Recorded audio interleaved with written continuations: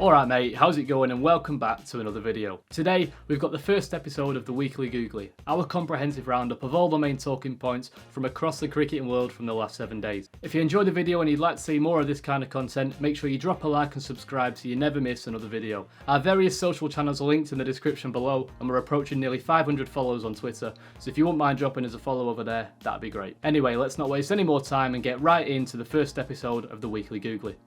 Good week.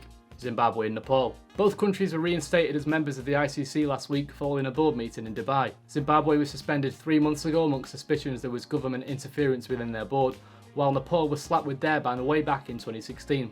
Lifting the ban now means they're both able to play in ICC events and both countries have access to ICC funds, a particularly important aspect for Zimbabwe with the country suffering steep economic decline. Bad week. Sarfaraz.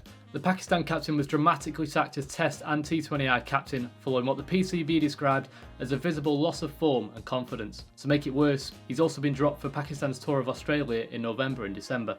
Azhar Ali and Babar Azam will take over the Test and T20I captaincy roles respectively, while a decision on the future ODI captain will be finalised in due course.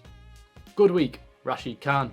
The Afghanistan spinner was the first pick of the inaugural 100 draft and will line up alongside Joe Root for the Trent Rockets when the competition gets underway next year. Other big name overseas players picked up in the first round included Mitchell Starc, Steve Smith and Andre Russell, while domestic players Dane Vias and Liam Livingston also earned themselves lucrative 125k deals with the Manchester Originals and the Birmingham Phoenix. Chris Gale and Lasith Malinga weren't so lucky though, with no side willing to take a risk on them after the two veterans placed their reserve price in the top bracket. Bad week. Gulam Bodhi. The former Proteas batsman was sentenced to 5 years in jail after pleading guilty to 8 counts of corruption, linked to a match-fixing scandal surrounding the T20 Ramslam back in 2015. Although he dodged the maximum sentence of 15 years, it still makes Bodhi the first South African to be criminally convicted of match-fixing. Good week. India and Rohit Sharma.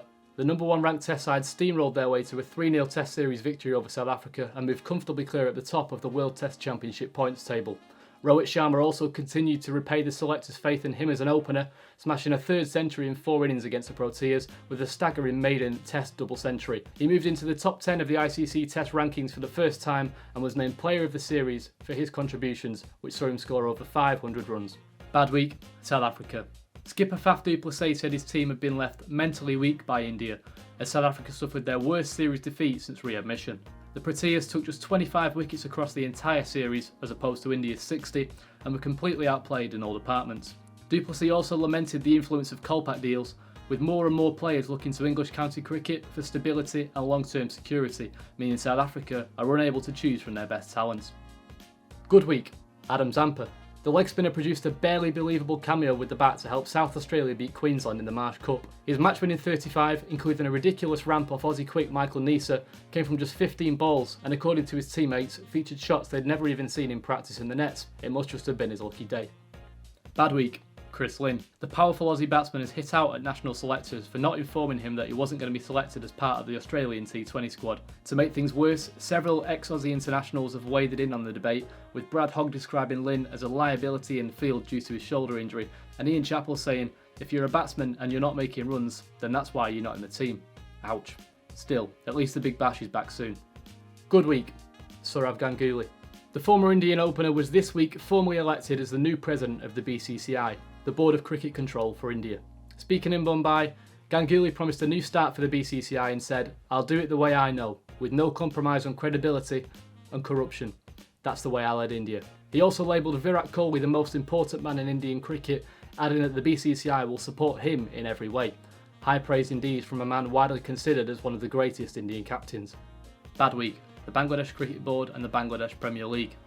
After player strikes threatened to put the fulfilment of fixtures at risk, the BCB were forced to accept an 11-point list of demands in order to calm tensions.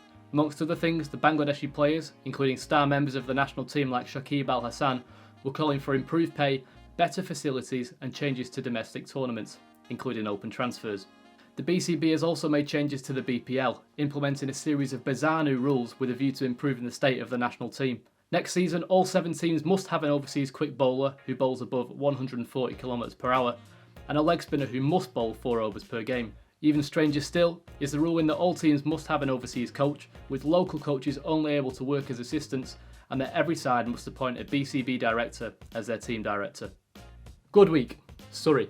The county has announced several new signings this week, including some star names. Michael Niesel will join as an overseas player for the first half of the county championship campaign, with the Aussie fast bowler expected to stay until early July. Moving to white ball cricket, and they've added the exciting Shadab Khan and the explosive Darcy Short for the T20 Blast.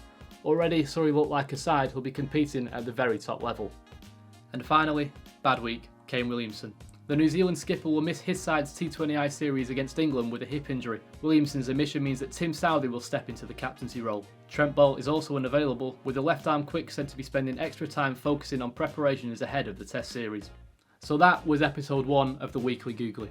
If you enjoyed the video, make sure you drop a like, comment and subscribe to the channel so you never miss any more content. We'll be back at the same time next week with the second episode, but that's all for now. Thanks for watching and we'll see you in the next video.